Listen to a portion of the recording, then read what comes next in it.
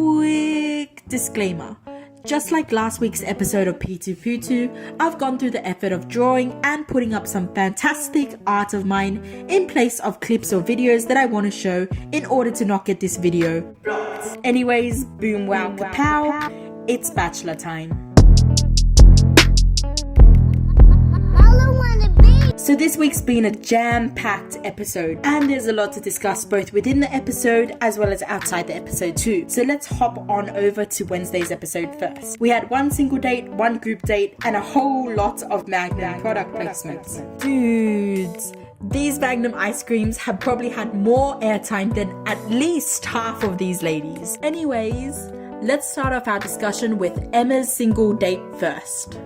They always do my girl Emma dirty, whether it's the weird obsessed creepy edits they give her or the plethora of kooky ass music they play in the background of her dates or her single time with Matt. They even cut back to the rest of the girls at the mansion where the girls were talking to each other about how much of a not match Emma and Matt were. This was important to mention because I ain't ever seen any of the editors on Ellie's or Chelsea's or Helena's dates cut back to Abby or other girls at the mansion talking about how much of a not good match the girls on the dates are. In fact, it's the opposite, where they talk about how they're jealous and how the girl on the date is really gorgeous, etc. But some notable information to take from the date is that, in Matt's own words, Emma made a really lasting impression on him from their first introduction. And as we know, Emma's basically being confirmed for top 5, so regardless of how dirty they do her, she's got a while to go. It's at this point I should mention or advise y'all to go look back at the extended preview for this season. We all should be able to more clearly recognize the girls as opposed to when we were just introduced to them. And it seems as though Emma's got 2 single dates that have yet to be aired.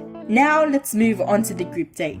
If for whatever reason you missed basically the most heavily promoted scene since the walkout, it was basically your standard rate yourselves challenge that they have almost every season, where everyone had to rate themselves according to the characteristics Matt listed as important. Abby, who has quickly established herself as the true villain of this season, proved herself to be the biggest hypocrite over this episode and the following one. It's not even due to the editing. Like, how can she snitch Monique out and then treat Sigan like the scum of the earth when she's doing the respectful thing and confronting Abby about hypocrisies that Abby said with her very own mouth? Big yikes on bikes. Anyways, Abby got the rose this group date. It's kind of ironic to think that the 2 girls who came out on top for that challenge, Brianna and Abby, were basically the least compatible with Matt's long-term goals. But it's also this episode that we start to kind of understand how deeply Matt already cares for Abby. When he talks to Bri, he says the following: I don't know whether the age difference could be too far. When Abby is the youngest at 23 years old, and I ain't ever heard him say those words to Abby. Anyways, let's move on to Thursday's episode. Thursday, we were again treated to a single date and a group date. Now, Kristen's single date was really cute and really quite intimate,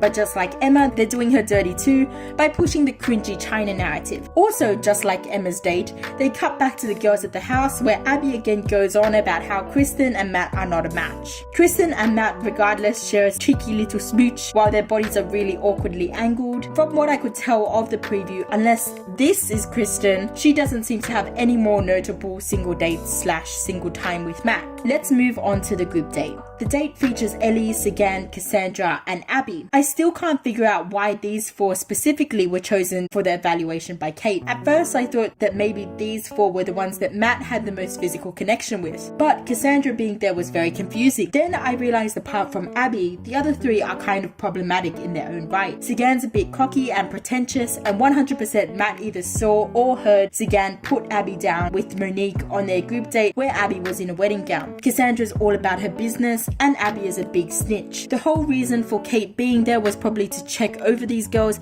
and make sure that they were there for the right reasons. However, I can't really figure out why Ellie was grouped with this set of people other than maybe being a control for the group, or possibly for whatever reason Matt thinks that there's something off about Ellie and wanted Kate to check Ellie out. Maybe that's just me overthinking, but it kind of makes me a little less confident about Ellie than I have been in previous videos. Ellie, however, proves herself to Kate and thus Matt on the group date, earning the rose from Kate. Another interesting thing to note out is that when all the girls were introducing their best friends, Osho was seen really pushing Ellie's best friend to offer up praise for Ellie, which he did for no other girls. I thought it was really interesting that she was the only one given this extra time of praise, and also the enchantment music from the introductions played for Ellie while she was introducing her friend and not the other girls. Anyways though, back onto Abby.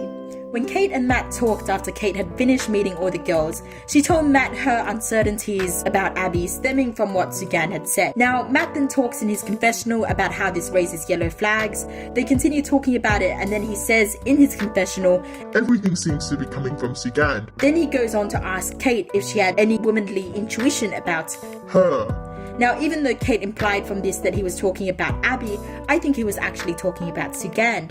He then mentions in his confessional that again there's a lot of yellow flags, but he doesn't say who those yellow flags are about. Then he goes on to say that he likes Abby so much that maybe Kate's opinion won't sway him too much. Now obviously this proves that relative to each other, he likes Abby much more than he likes Sugand. And now that we're kind of in the tail end of the season, this might be an indication that Sugand might be going home really soon. However, now that he is aware of Abby's possible deceit, and he also knows she's a bit of a snitch from the Monique incident, I again really highly doubt that she'll be the winner, as I've said in almost every single video that I've made on The Bachelor. Speaking of winner, let's talk about Ellie, Helena and Chelsea. I know I've been so confident so far that Ellie is the winner, but my confidence has been wavering a teeny bit. I still think that it's really likely that she is the winner, but according to the previews, she only has 2 sets of single time left, one of which plays out next week. It is the tail end of the season, so second date round should begin shortly, but at the same time, look at how many more times Helena has of single dates left. Also look at this shot of Helena, which seems to be very heavily previewed throughout the preview, which also seems characteristic of a final talk or coming up to a final talk before the final rose ceremony. Hello,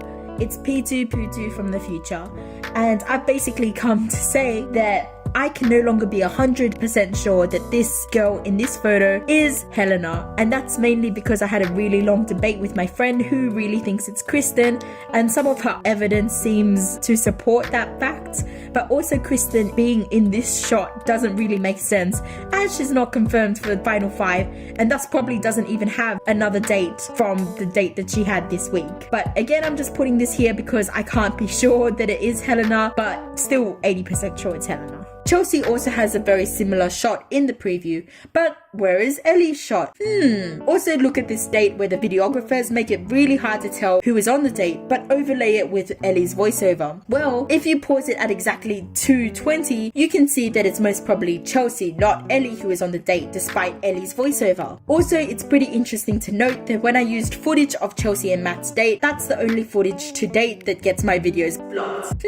Maybe Bachelor Australia is trying to make it hard for compilation videos when the winner gets announced. Or maybe they just want to keep their content to themselves. Maybe I'm really overthinking that. Overall, I'm not saying that Ellie will not be the winner. In fact, I still believe that she has a really great shot at being the winner, given everything that I've said in my previous videos. But nowadays, I'm much more open to the idea of Helena or Chelsea winning, even though I've had them in my top 4 pick from the start. Anyways, that's the end of this video. Adios amigos. Hello! It is P2 from the future, and I just wanted to come back again and chuck up a quick little update on some eliminated contestants. You guys know Vaku and Rachel, right? Well,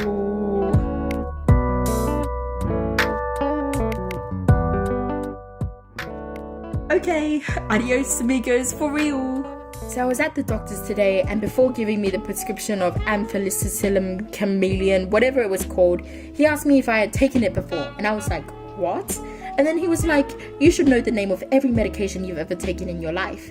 And I was like, maybe if whoever was watching this would subscribe, I would know every single med I've taken before. So the moral of this story is to subscribe.